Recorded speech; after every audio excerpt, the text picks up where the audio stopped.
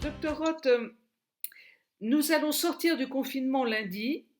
Est-ce qu'il va falloir quand même être toujours extrêmement prudent et apprendre à vivre autrement?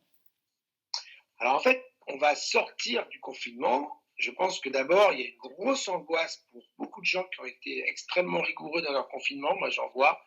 C'est leur idée de réouvrir la porte tout simplement. Ça fait 2 mois qu'on leur dit que s'ils ouvrent la porte, ils sont en danger de mort, qu'ils peuvent porter la mort. C'est terrible. Et donc, il faut déjà rassurer les gens. Déjà, sortez, prenez l'air. Déjà, simplement. Ça vous fera du bien. Si vous voulez voir les gens que vous aimez, c'est le moment. Parce que je parle encore une fois pour notre région, parce que je la maîtrise. Et le virus circule, mais peu. Donc finalement, plutôt que d'attendre 15 jours, en disant on verra dans 15 jours pour aller voir nos aînés, pour aller voir des petits-enfants, c'est maintenant. Parce que le virus circule peu et va probablement recirculer, les dangers augmenteront avec le temps. L'idée, c'est que le virus recircule, mais avec un plateau, et qu'après, il circule ou il ne circule plus. J'espère que certains ont raison.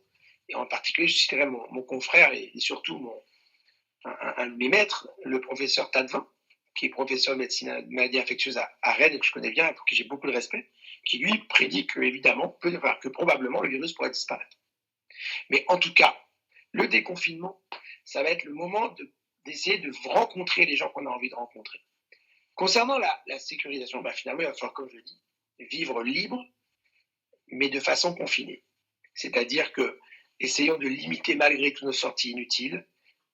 Essayons malgré tout d'optimiser les échanges. Et puis lavons-nous les mains. On parle beaucoup de masques, beaucoup de masques, beaucoup de visières. J'ai même mis visière, je ne l'ai pas montré, mais on a des visières, c'est un soin. Mais honnêtement, se laver les mains toutes les heures avec du gel hydroalcoolique, du savon, c'est très très efficace.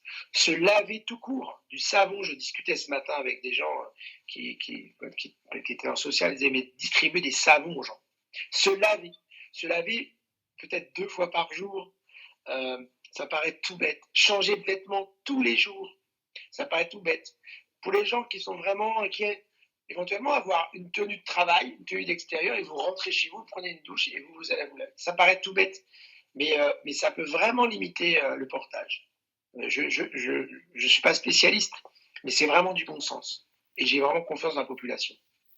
Docteur Roth, avant de nous séparer, j'aurais souhaité revenir avec vous sur le centre de Marville, qui a été un centre précurseur sur le territoire national pour l'accueil des personnes qui auraient pu ou qui pouvaient être atteintes du Covid. Aujourd'hui, il y a une grosse évolution sur ce centre-là, qui pourrait être un centre de dépistage.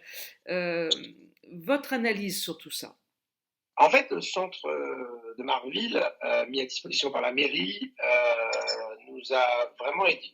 Il a été un centre de consultation quand il a fallu libérer nos cabinets, libérer au maximum, et puis surtout avoir plein de disponibilité pour d'éventuels Covid. Ça a priori été très efficace, mais restons humbles. Là, il s'est endormi au niveau consultation. Les cabinets de consultation restent présents. Oui, alors mise en sommeil, mais réactivable au besoin. Oui, malheureusement, mais on espère ne jamais les réactiver. Bien entendu. Les médecins qui étaient venus tous bénévolement et en tout cas spontanément sont tous prêts à revenir s'il y avait besoin. Les infirmiers, pareil.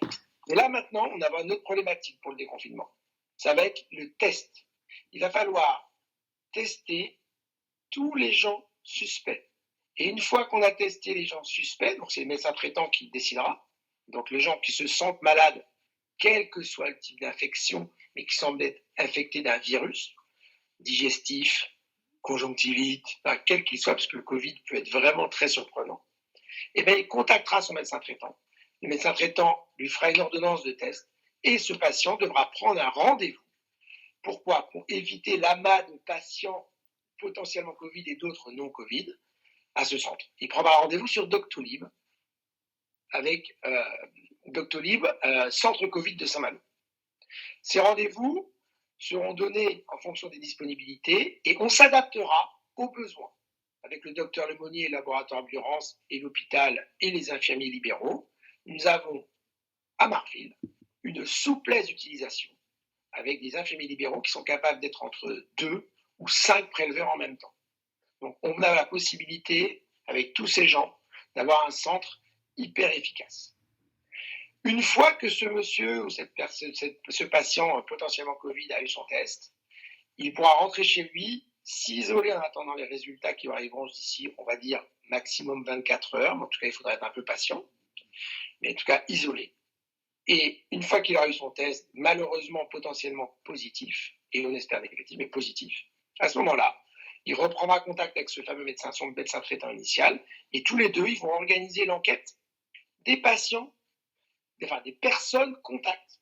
Et ces personnes contacts seront contactées en fait par une cellule indépendante faite en collaboration avec la sécurité sociale. Et en garantissant l'anonymat, s'il le souhaite, de la personne qui est tombée malade.